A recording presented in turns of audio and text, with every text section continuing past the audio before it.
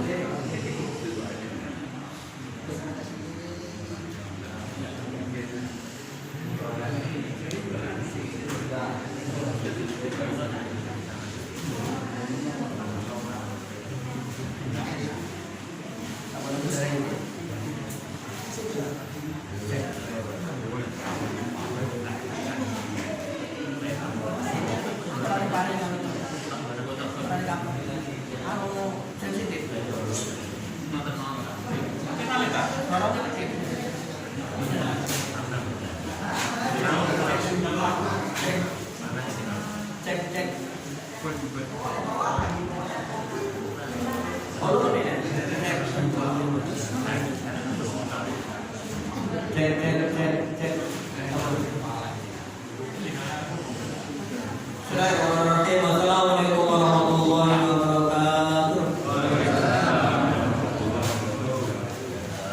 Alhamdulillah, alhamdulillahilladzi nahmaduhu wa nasta'inuhu wa nastaghfiruh wa na'udzu billahi min shururi anfusina wa min sayyiati a'malina.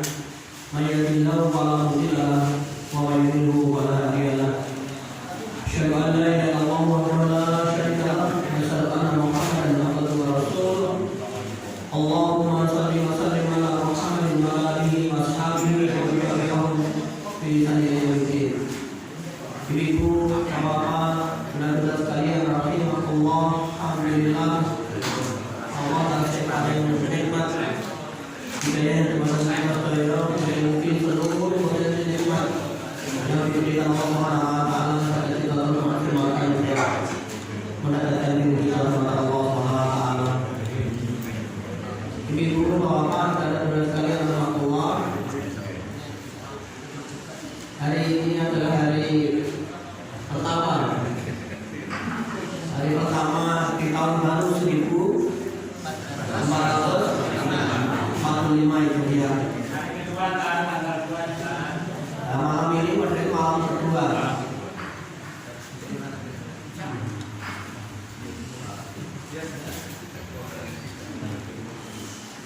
Hal terpenting di dalam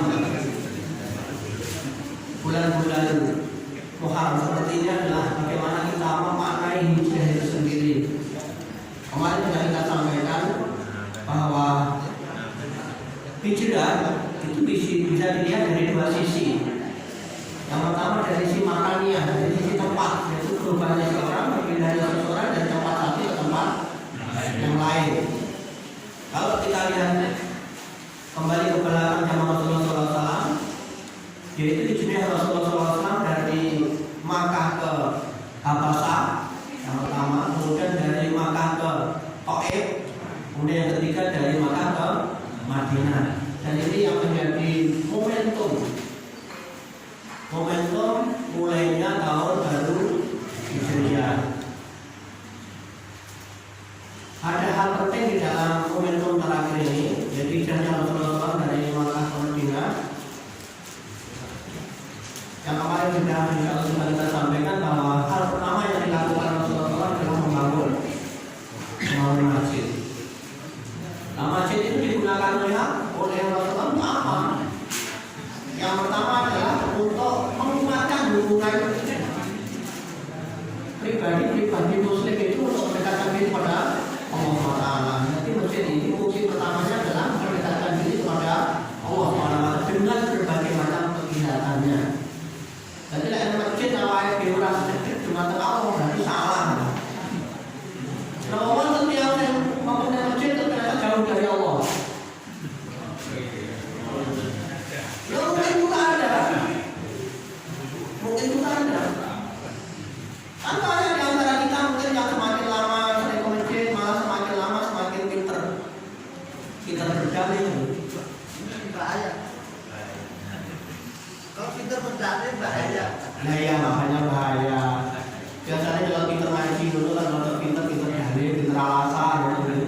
Kan ketiga ini.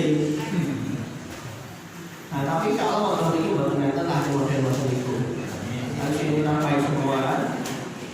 Amin.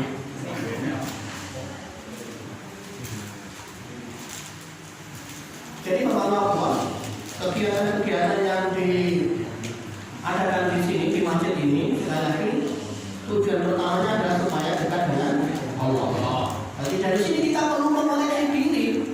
Apakah kita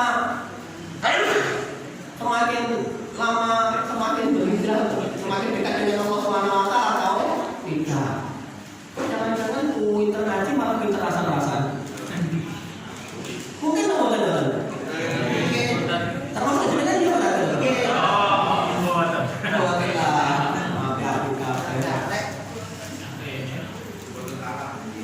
Akhirnya betul kalah.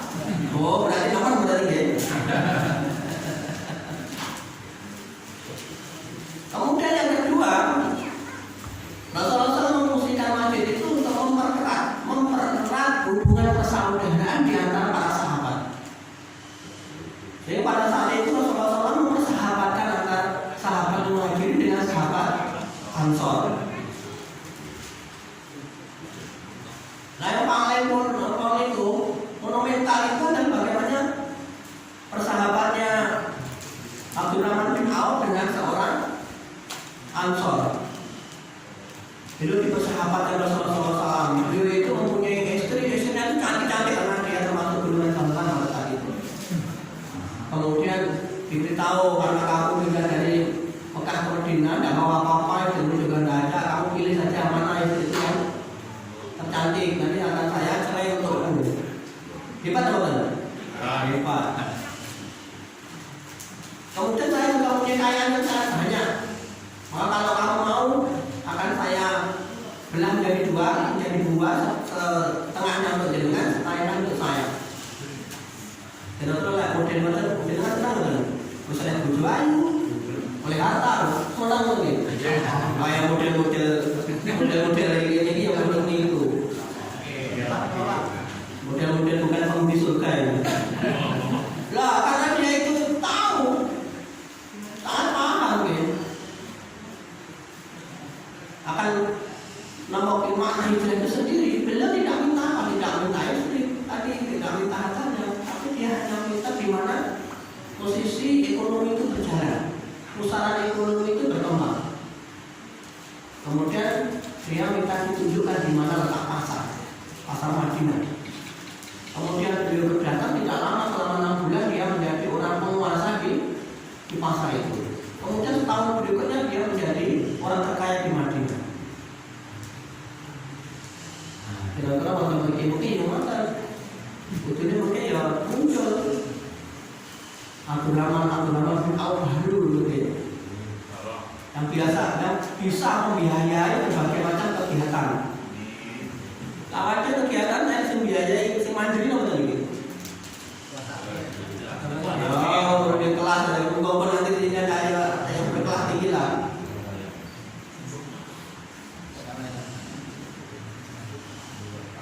Jadi hubungan persaudaraan semakin kuat pada saat itu.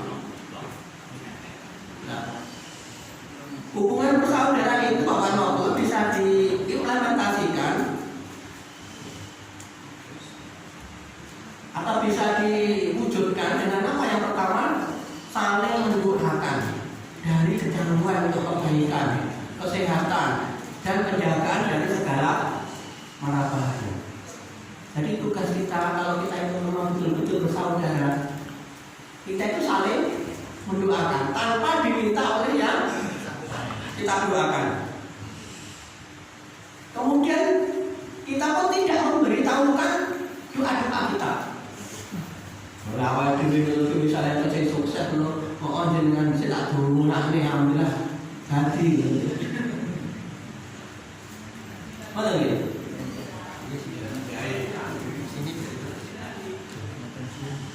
Pak Puan itu bener itu nggak ada dengan Bapak Arun ini. Masih orang juga nih. Masih orang juga. Kayaknya. Jadi berdoa kepada orang-orang yang tidak minta doa, mendoakan pada orang-orang yang tidak dekat dengan kita. Dan doa kita kepada orang lain itu adalah doa untuk diri kita sendiri. Bahkan salah satu doa yang makbul itu adalah doa seseorang yang tidak diketahui oleh orang yang didoakan.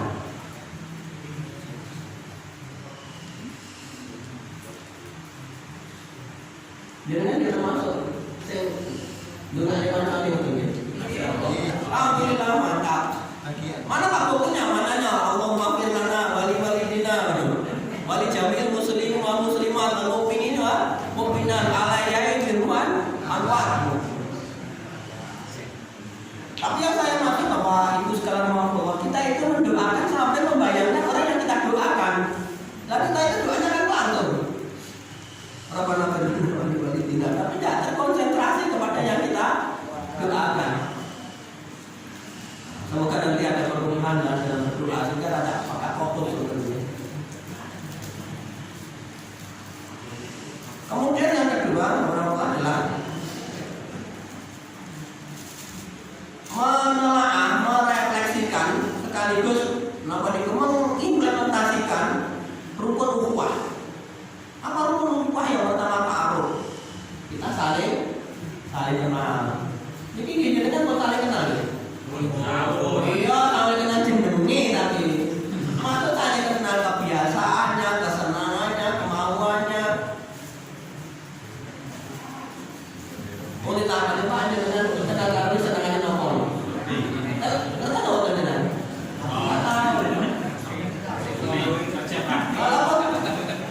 Maksud saya kenal itu sampai tingkat itu.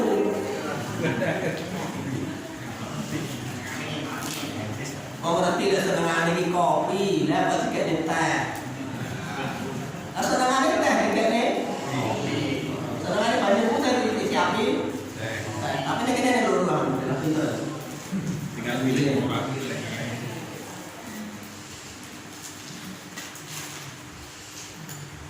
Termasuk dalam hal berpakaian, kebiasaan hari-hari itu namanya kenal. Kita itu ya kenal jeneng tahu kan. Dulu. Sehingga nanti dengan begitu kita bisa bersikap. Kemudian setelah kita betul-betul kenal baru paham, kita saling memahami. Sehingga tidak terjadi sesuatu. Mengapa kita itu sering berselisih? Itu karena kita tidak paham. Ketidakpahaman disebabkan karena kita kurang kenal. Saya ngerti bila dimunculkan kata-kata ini resu. Nah, setiap pertemuan itu kata-kata itu dimunculkan. Akhirnya terus mesum arahan. Itu berarti belum kenal, belum paham. Tapi tidak pahamnya karena tidak disebabkan karena tidak kenal. Orang kenal. Kamu kongko atau ini bagian kan masih muda cek masih muda. Kalau kita sudah kenal, kita sudah akhirnya paham. Setelah paham kita nanti bisa takaful, bisa saling menanggung beban di antara saudara yang lain.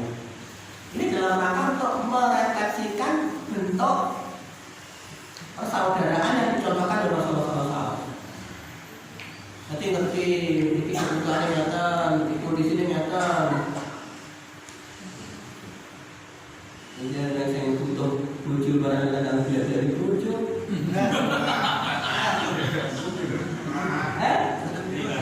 Yang mau dibaca turun, jadi kejam, jadi ketua takbir itu paham, contohnya tuh.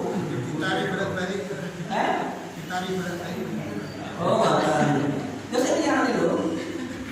Bapak Ibu aku tadi ada di dunia laki-laki. Ini sebagai bentuk sebagai bentuk kepahaman kita saling menanggung. Lele ketinggi butuhan apa niku sing butuhne niku pekerjaan misalnya.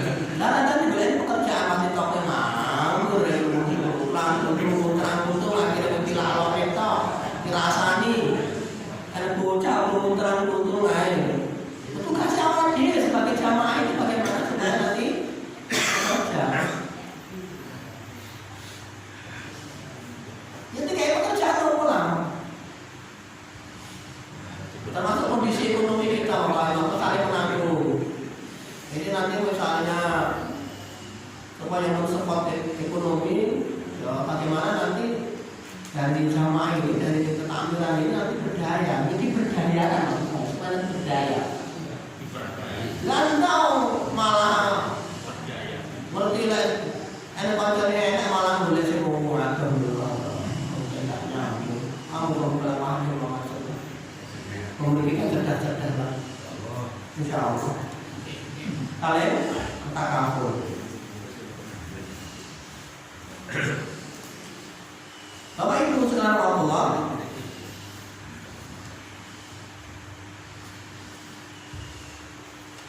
kemudian yang ketiga dalam rangka untuk merefleksikan apa tadi? Rukun yang kedua tadi dalam rangka untuk saling menguatkan hubungan persaudaraan, ukhuwah, adalah memberikan santunan kepada orang-orang yang tidak mampu. Entah nanti para duafa diundang atau fakir miskin diundang dan lain-lain. Apalagi kondisi-kondisi atau waktu-waktu Muharram ini momentum biasanya momentum untuk menyiarkan nomor itu penyantunan anak-anak yatim dan piatu. Lalu kan dalilnya betul betul betul ini buat momen. Oh nyantumnya anak yatim piatu memang bukan Muharram. Kali kalian sih waktu itu. Berarti banget yang belas. Masih kalau ini lebih dari malam belas. Kalau saya ngomong ibu ada semaan kok esok dino terus kata. Nah setelah itu malah tahu kata. Kamu lihat dan model betul itu. Kamu yang ini betul betul lah. Dan kalau itu kasih memilih orang-orang yang lemah.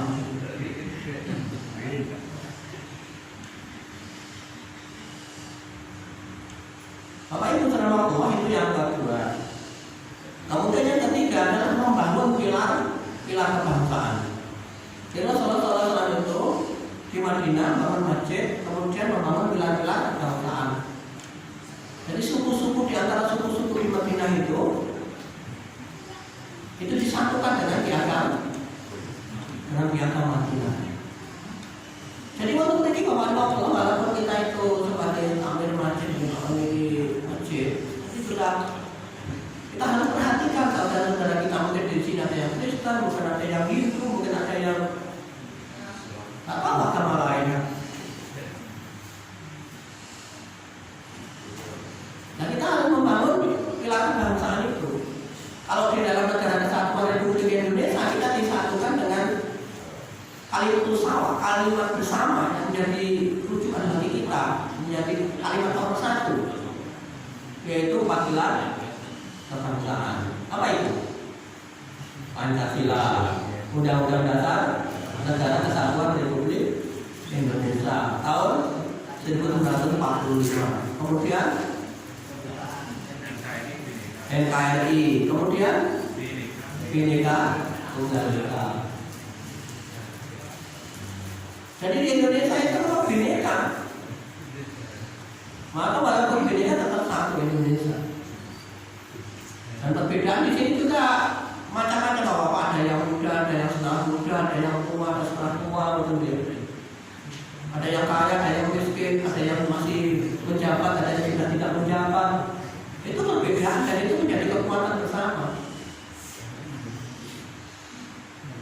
Jadi Bapak Allah, keindahan dan kekuatan Islam itu karena perbedaan itu. Kira-kira jangan bayang, waduh kafe itu lebih. Kafe dari kepala dinas itu terus apa sih di komar?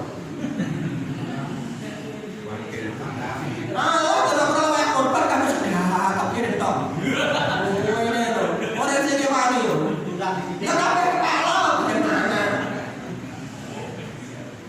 Akhirnya itu, jadi ada diuntung itu itu mana? Terus apa tadi? Nah, kekuatan ini terjadi karena kita masing-masing beda.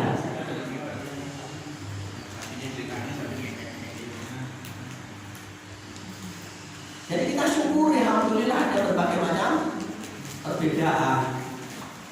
Ada yang usil, ada yang menang. Coba lihat apa yang usil, tukaran. Lihat apa yang menang.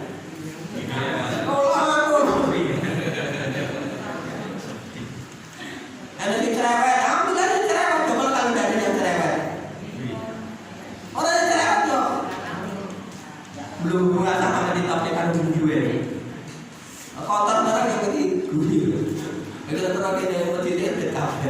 Dia alhamdulillah ada cerewet. Ini ibu bapak-bapak yang alhamdulillah itu yang SD yang cerewet. Kalau dunia nanti cerewet itu terus ya.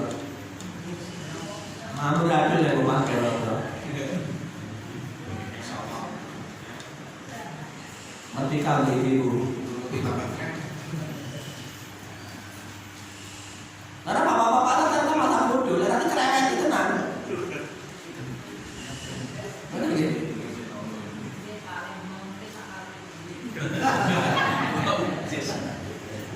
Alhamdulillah ibu kesel kamu. Makasih bu.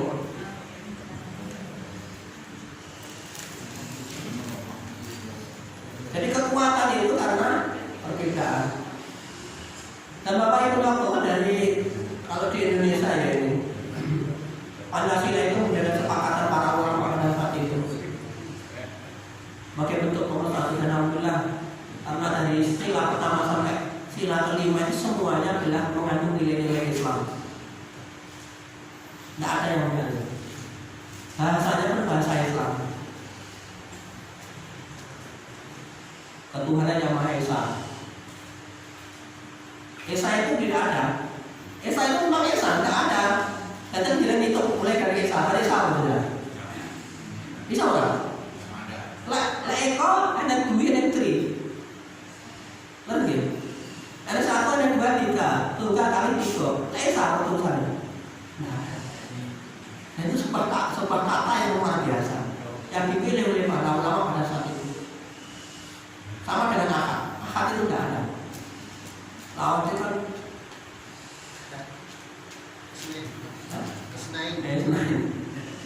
Tapi ada luar biasa. Kemanusiaan yang adil dan beradab. Adab itu bahasa Arab. Persatuan Indonesia itu adalah umat wahidah. Ya kerakyatan rakyat itu artinya ya bahasa Arab. Dan seterusnya sampai apa itu keadilan sosial bagi seluruh rakyat Indonesia. Adil itu bahasa Arab, tidak ada di bahasa lain. Bahasa Inggris bahasanya tetap adil. Dan alhamdulillah luar biasa. Dan yang bisa menamakan Pancasila sesungguhnya hanya orang Islam. Oh Islam. Ini tidak syukur. Bagaimana tercanda sama itu? Ketuhanan yang Maha Esa. Qul huwallahu ahad. Dari hari kan ada dulu, ada dulu. Ada sesepuh dari itu. Dalam itu seterusnya. Bapak Ibu Bapak kita lanjut. Itu yang ketiga apa tadi? Membangun pilar-pilar kebangsaan. Kemudian yang keempat adalah membangun pilar ekonomi. Membangun pilar ekonomi. Tadi sudah kami ceritakan bagaimana Abdurrahman bin Auf hanya meminta kepada sahabatnya untuk didudukkan pasar. Harus disitu ada ekonomi. Intinya bahwa kita sebagai seorang Muslim itu berusaha untuk kaya. Berusaha untuk kaya. Jangan dibatasi kekayaan, karena dengan kaya nanti banyak kita yang lakukan.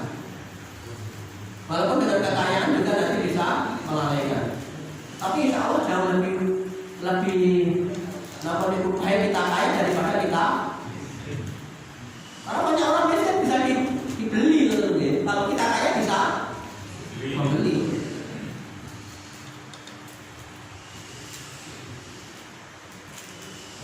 Coba kita lihat banyak di antara orang-orang yang kurang mampu akhirnya dibeli akidahnya. Tapi kalau kita mampu kita bisa membeli akidah orang lain untuk kembali ke jalan.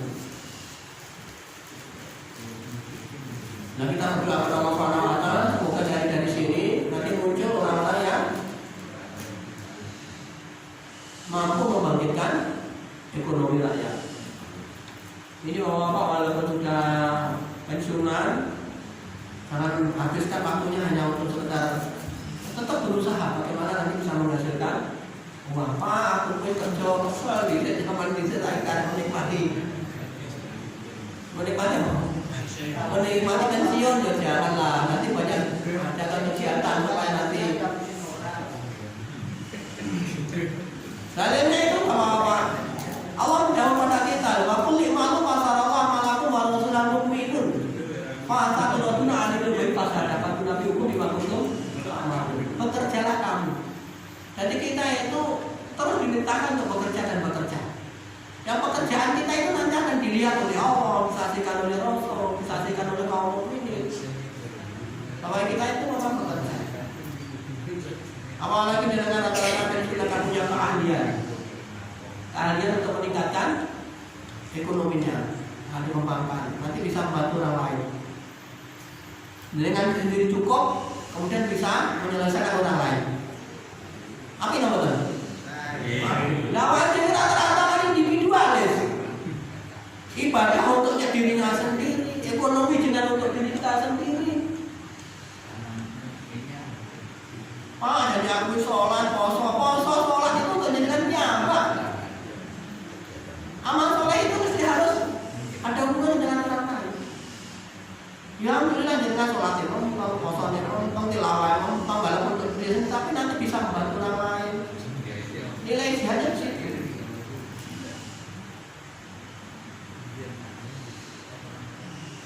Pak baju dia mungkin tahu. Jadi pensiunan rata-rata. Ada yang baca mulai ya sering termalis sih berarti matur. Ya kalau teteh mawon. Karena orang rumah sakit sih. Teteh mata aku. Jadi bapak bebas, jadi los. Artinya bahwa lakukan itu maksud saya, bagaimana nanti kita itu lebih produktif. Mantap orang lain untuk bisa bantu orang lain. Pak bantu aku oke, dan tambah oke. Betul, ini baru.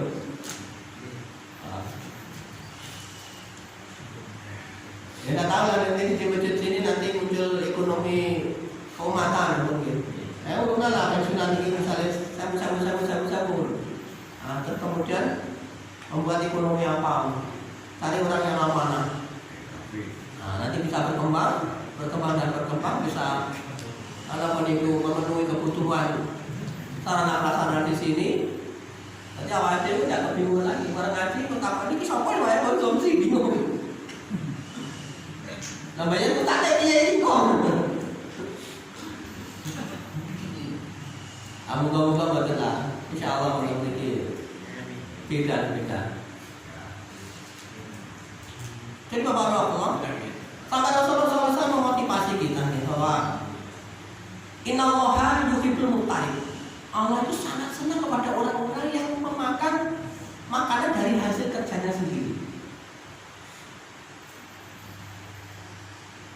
Kemudian Rasulullah juga memotivasi kita bahwa harta terbaik itu adalah harta yang berada di orang-orang yang soleh. Kalau harta itu berada di tangan yang soleh, maka harta itu untuk kesolehan. Nah sementara kita itu membiarkan harta itu dikuasai oleh orang-orang yang tidak soleh. Buktinya mana? Buktinya ya yang mulai saya ini rata-rata orang-orang yang tidak paham. Lo akhirnya juga dimanfaatkan untuk yang tidak baik.